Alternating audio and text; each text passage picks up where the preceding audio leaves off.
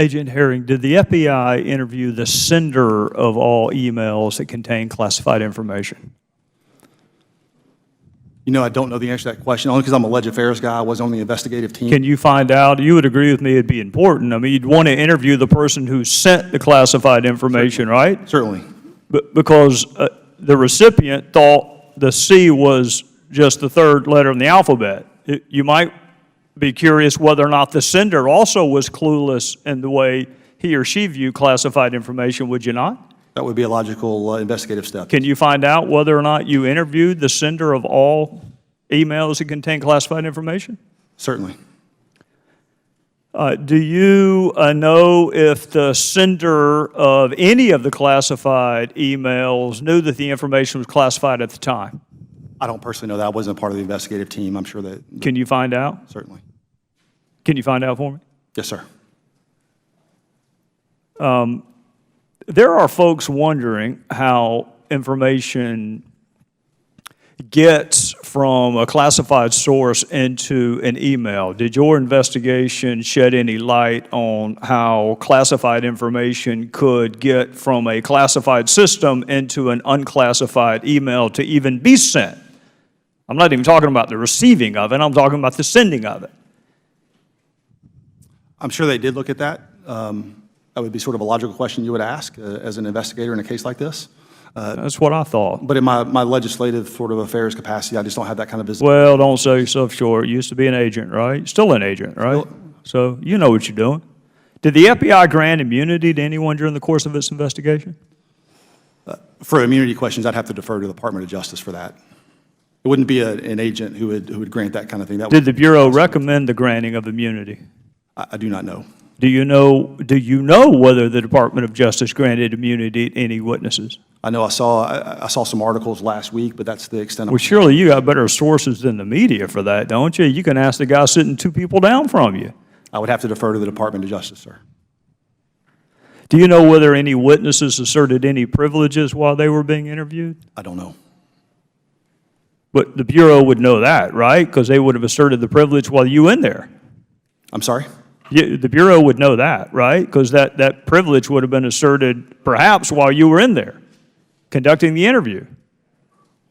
What kind of privilege are you talking about, like attorney-client privilege? Oh, there are a bunch of privileges. There's priest-penitent. I'm guessing that one didn't come up. There's doctor-patient. I'm guessing that one didn't come up. There's the Fifth Amendment privilege against incrimination. That one might have come up.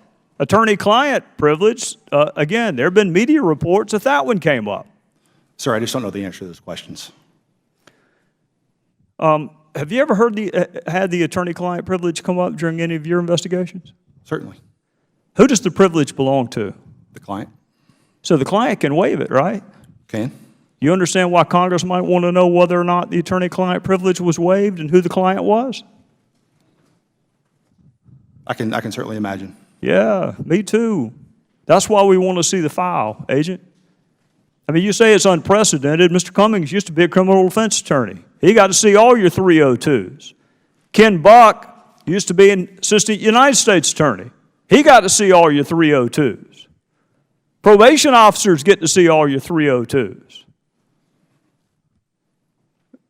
Why can't Congress? Sir, I think we have tried to provide the information in a way that is understandable. I think the investigative summary tells kind of the story, and I do think that the 302s that we provided are the important ones. Well, let me ask you this. If those summaries were all anyone ever needed, why don't you just introduce those in trial? Why actually call the witness? Well, certainly we actually trying to make your life a little bit easier in the light of the But see, I don't want my life being made easier. I don't want that. I want to know what was said in the 302s. Because the 302 is itself a summary of an interview, right? It's not a verbatim transcript. That's correct. So you have given me the summary of an interview. And I'm not asking for a verbatim transcript because you don't have one. Certainly. I'm just asking for the 302. So I don't have to read your summary. I may read the 302 differently from the way you read it. So why not? So I think we've given you the relevant ones as we've Relevant according to whom? I am telling you, I don't think you've given me all the relevant 302s. Well, the remainder of the 302s will come out through the FOIA process. But since when did Congress have to go through FOIA? Correct. To obtain 302s from an investigation that's not even resulting in any prosecutions that your boss has already said is over? Since when did we have to go through FOIA? So I think that the 302s we have provided, I think that we made a principled decision about what to provide. It was certainly made at the highest levels of my agency. All right, I'm out of time. That's what that knocking sounds. I'm just going to say with all due respect, you don't get to decide what we think is relevant. And I do say that respectfully. The defense attorneys get it all. I think Congress ought to get it all.